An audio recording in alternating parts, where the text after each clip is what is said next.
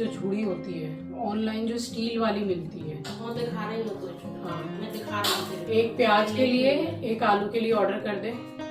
Plastic वाली रखने का मन नहीं। आलू के लिए नहीं, एक साथ भी रहती है काम 3 दुकान। अच्छा, तो वो यहाँ तो आ ही जाएगी। हाँ, आराम से। आ जाएगी, हम तो दिखा दे। तो साइज देख लेना, इतना बड़ा है। हाँ, है ना।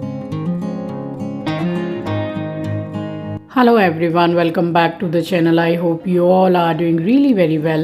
If you are new to my channel, my name is Rachna. I upload here every day about homemaking and my lifestyle too.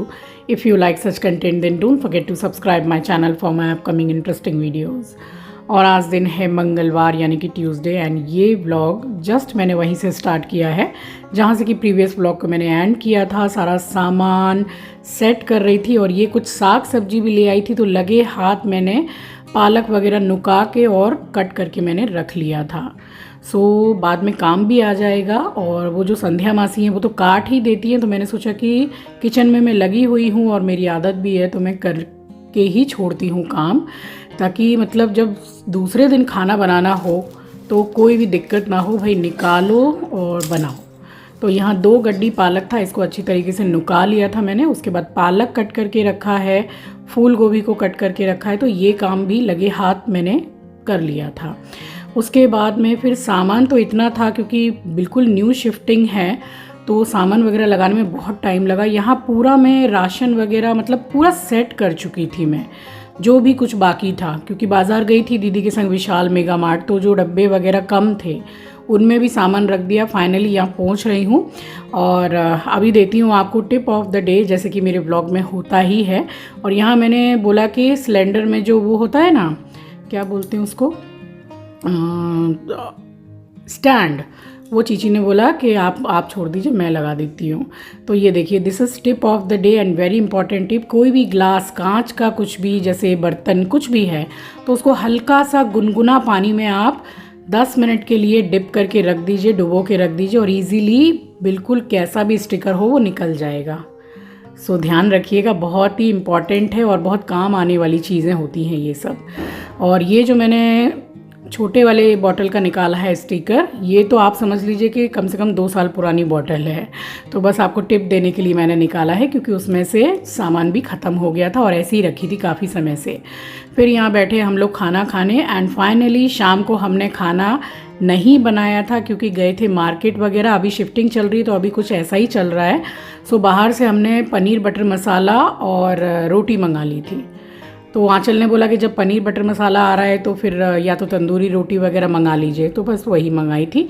फिर हम लोगों का खाना पीना हो गया था और बस थोड़ा थोड़ा सामान जैसे बचा है, अब एक बार में तो होता नहीं है। यहाँ बज रहे थे, आप समझ लो कि रात के कुछ 1:20 या 1:30 बज रहे थे रात के।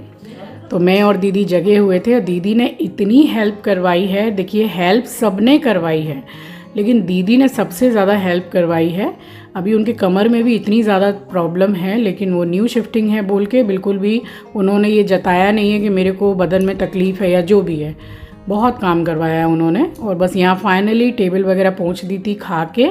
फ़िलहाल यही बास्केट अवेलेबल थी तो इसमें मैंने कुछ फल रख दिए। इस घर में इसने शुभारंभ किया है। ये देखिए, नीचे इसको सुसु कराने ले जा रही थी, ये किया है इसने। अब बिना दुपट्टा के जाऊं भी कैसे इतनी रात में। सारा काम हम किया ना, सामान लाके सब लगा रही थी, किचन सेट कर रही थी पूरा। अब इसी को उड़ के जाती हूँ नीचे। चलिए चलो चलो। सो नए घर में एस्ट्रो ने मतलब स्टार्ट कर दिया है अपना जो तहलका मचाता है ये हमारे घर में, स्पेशली मेरे दुपट्टे को लेके। तो एकदम मतलब उसने स्टार्टिंग कर दी, और ये नया ही आप समझ लीजिए, बहुत कम मैंने ओढ़ा है इस दुपट्टे को। तो नीचे ले जा रही थी इसको सुसु वगैरह कराने के लिए, रात हो रही थी तो मैंने सोचा कि चलो इसको गले में डाल के ले जाती हूँ दुपट्टे को। बाद में तो फिर मैंने हटा ही दिया है इसको। एंड फाइनली उसको ले आई थी, उसके हाथ पैर वगैरह पोंछ के, और फिर मैंने सारी जो एक्स्ट्रा लाइट होती है उसको बंद किया है। और यहाँ इसको मैं बोल रही हूँ कि चल बेटा सोने, मगर उसको तो ऐसा ही है कि जहाँ बैठा है सो बैठा है। चलो एस्ट्रो चल। सो बस उसके बाद यहाँ नाइटी लेके मैं भी चली गई थी सोने के लिए, क्योंकि काफ़ी टाइम हो गया था। मिलूंगी नेक्स्ट डे मॉर्निंग।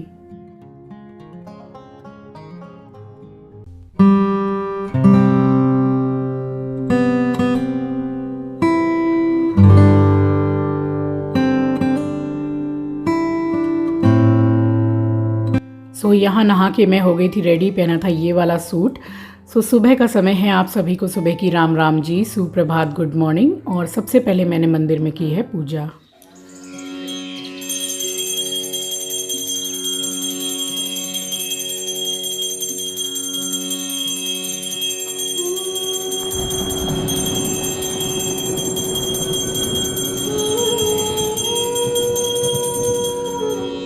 सो मेरी मन्नत थी कि मैं जब काली घाट गई थी पहले, काफ़ी पहले, तो मैंने ये मन्नत की थी, मानता की थी माता से कि जिस दिन मेरा घर हो जाएगा और उसमें मैं शिफ्ट हो जाऊंगी अच्छे से, तो मैं आपके दर्शन करने आऊँगी। तो सब थे भी घर पे, सारे लोग आए भी हुए थे, तो सभी साथ में ही हम लोग काली घाट गए हैं, दर्शन किए हैं। और इतने अच्छे अवसर पे, जैसे कि देखिए, जैसे हम जाते हैं मंदिर तो हम लोग जैसे ज़रूरतमंद है उनको खाना पीना हमेशा ही खिलाते हैं, बट ये मेरा बोला हुआ था कि मैं आपके दर्शन करने आऊँगी और जो ज़रूरतमंद है उनको मैं खाना खिलाऊँगी। तो बस ये मैंने ज़रूर किया था, यही मैंने मानता रखी थी माता से। तो बस यहाँ पे हम लोग निकल गए थे और अमन प्रिया भी गए थे। प्रिया भी पहली बार गई है काली घाट, तो वही है कि जिसके नसीब में होता है तो माता रानी दर्शन देना चाहें तो जाते ही हैं। सो बस यहाँ पे हम लोग फाइनली पहुँच गए थे। और उसके बाद में शनिवार का दिन था, सैटरडे, तो आप समझ लीजिए कि मंगलवार और शनिवार काली घाट में एक्सेस भीड़ होती है। और यहाँ मैंने पूरा चुनरी से लेके सारा श्रृंगार माता रानी का लिया था चढ़ावे में चढ़ाने के लिए। तो यहाँ पहुँच गए थे। अभी मैं आपको दिखाऊंगी कि लाइन, आप समझ लीजिए कि काली घाट मंदिर से मेट्रो स्टेशन बहुत दूर है, वहाँ से पूरी मेन रोड से लाइन थी। इसको देखिए, क्यूट बच्चा हमारा, इसको तो बुखार भी आ गया था। कल अमन प्रिया चले भी गए हैं पुणे, बट बच्चे को बुखार आ गया था। फ़िलहाल तो ठीक है। और चलिए, यहाँ हम चल पड़े हैं मंदिर के लिए। तो अभी आप भीड़ देख सकते हैं, अभी मैं आपको और भी दिखाऊंगी कि कितनी भीड़ है। तो सैटरडे और ट्यूसडे वीआईपी दर्शन के नाम पे ये कोई वीआईपी दर्शन नहीं होता है, क्योंकि इतनी ज़्यादा भीड़ रहती है कि आपको लगेगा ही नहीं कि आप वीआईपी दर्शन कर रहे हो कि क्या कर रहे हो। सबका एक बराबर ही है, जैसे नॉर्मल जा रहे हैं वैसे वीआईपी दर्शन, क्योंकि यहाँ सिस्टम है। हर मंदिर में जैसे सिस्टम होता है ना वीआईपी दर्शन का, तो यहाँ पर भी है। और बस यहाँ हम काफ़ी देर खड़े रहे हैं और उसके बाद में हमने एंटर किया है। भीड़ आप देख सकते हैं। बस इसके बाद हमने मंदिर में एंटर किया है, वो भी तकरीबन आधे घंटे के बाद में। माता रानी के दर्शन हम कर चुके हैं। और ये मैं आपको लाइन ही दिखा रही हूँ कि देखिए, रास्ते से लाइन लगना शुरू हुआ है। सो बस दर्शन हम करके निकले हैं। और उसके बाद में यहाँ जिस दुकान में हम लोग ठहरते हैं प्रसाद वगैरह के लिए, तो वहाँ हमारा बोला हुआ ही रहता है दाल पूड़ी वाले को, तो जितने भी ज़रूरतमंद हैं तो फिर उनको खाना खिलाया था हम लोगों ने, जैसा कि हमेशा ही खिलाते हैं। बट ये कुछ मेरी इच्छा थी कि नया घर हुआ है, शिफ्टिंग हुई है, और ज़रूरी नहीं है कि कुछ अच्छा काम हो तभी किसी भूखे को खाना खिलाया जाए, ऐसा नहीं है। भूख तो इंसान को तब भी लगती है जब किसी का काम नहीं होता है। तो जब भी आपको मौका मिले तो किसी भी गरीब को, भूखे को आप खाना ज़रूर खिलाइए। ये ऐसा मेरा मानना है, इसलिए आपके साथ शेयर कर रही हूँ। तो यहाँ खिला दिया था। और उसके बाद में फिर सामने गन्ना रस वाला था तो मैंने और प्रिया ने खड़े होके गन्ना रस पिया है वहाँ पे।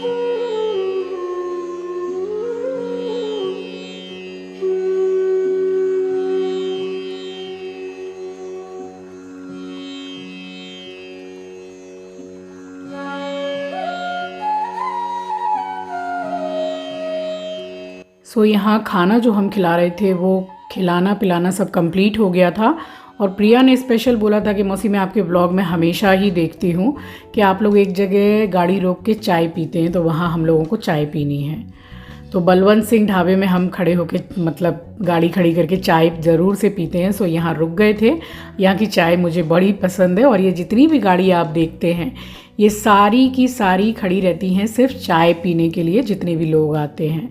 तो ये फेमस है कलकत्ता में, बलवंत सिंह ढाबा। सो यहाँ एक एक भाड़ चाय पी थी। और एक भाड़ चाय यहाँ पे 50 से 60 रुपये की एक भाड़ चाय है। आपको अभी जितना बड़ा दिख रहा है, एक्चुअल में ये भाड़ इतना बड़ा है नहीं, बट प्राइस काफ़ी अच्छा खासा हाई है यहाँ का। बट फिर भी पब्लिक रुकती है चाय पीने के लिए क्योंकि फेमस है। सो यहाँ हमने एक एक भांड चाय पी है और उसके बाद फिर से हम लोग निकले हैं घर के लिए।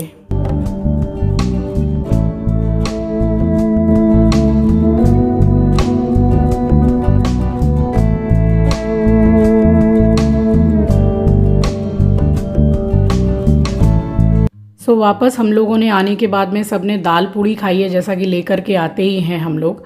और उसके बाद में यहाँ सबसे पहले मैंने चढ़ाई है आंचल के लिए छोले की सब्ज़ी, बिल्कुल less oil, few drops of oil उसमें डाल के। उसके लिए वहाँ पर भी जैसे बनता ही था तो उसने बोला कि आप मेरा खाली छोले की सब्ज़ी बना दीजिए, छोले चावल मुझे खाने हैं। और बाकी तो सबका दाल पूड़ी वगैरह ही था। तो जिस दिन दाल पूड़ी आती है उस दिन हम लोगों के यहाँ खाना ही नहीं बनता है क्योंकि ज़्यादा ही लाते हैं, सबको पसंद रहती है। तो इसको मैंने कुछ इस तरीके से बनाया है कि ये छोले रात में गला दिए थे वो डाल दिया है, एक प्याज, एक टमाटर, हल्दी, धनिया, मिर्ची पाउडर और थोड़ा सा जो जिंजर गार्लिक का पेस्ट का पैकेट मंगाया था बस वो डाला है। फ़िलहाल तो पेस्ट मैंने बनाया नहीं है, अभी समय ही नहीं मिला है। तो बस इसको डाल दिया है और फ्यू ड्रॉप्स ऑफ सरसों का तेल आंचल ने इसमें डाल दिया था। और इकट्ठा ही जैसे इसमें जितना पानी डालना है, छोले तो गलते भी देर से हैं, तो बस इसको एक साथ में जैसे मिक्स करके और मीडियम गैस पे मैंने इसमें कम से कम 7 से 8 सीटियाँ लगाई थी। तो बस ये सब्ज़ी हल्की सी जैसे रसेदार जो होती है चावल के संग खाने के लिए।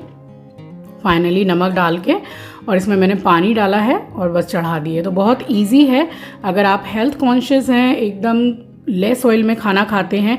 अब इसमें तो फ्यू ड्रॉप्स ऑफ ऑयल डाला है, आप चाहें तो बिल्कुल भी मत डालिए, ऐसे भी बन जाएगी ये सब्ज़ी।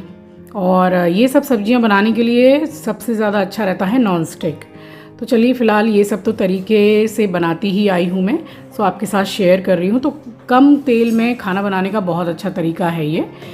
सो बस यहाँ पूरा काम हो गया था कंप्लीट। बस उसके बाद हमने बैठ के बातचीत की है, दाल पूड़ी वगैरह खाई है और हम सभी ने थोड़ा आराम किया है क्योंकि नींद किसी की भी पूरी नहीं हुई थी। तकरीबन सुबह के 4 बजे के उठे हुए थे। सो चलिए इसी के साथ आ गई हूँ इस वीडियो के एंड पर। उम्मीद करती हूँ वीडियो आपको पसंद आई होगी। नए हैं तो सब्सक्राइब कर लीजिएगा, शेयर करना मत भूलिएगा। अपना ख्याल रखिए, अपनों का ख्याल रखिए। Thanks for watching guys, love you, take care, bye bye.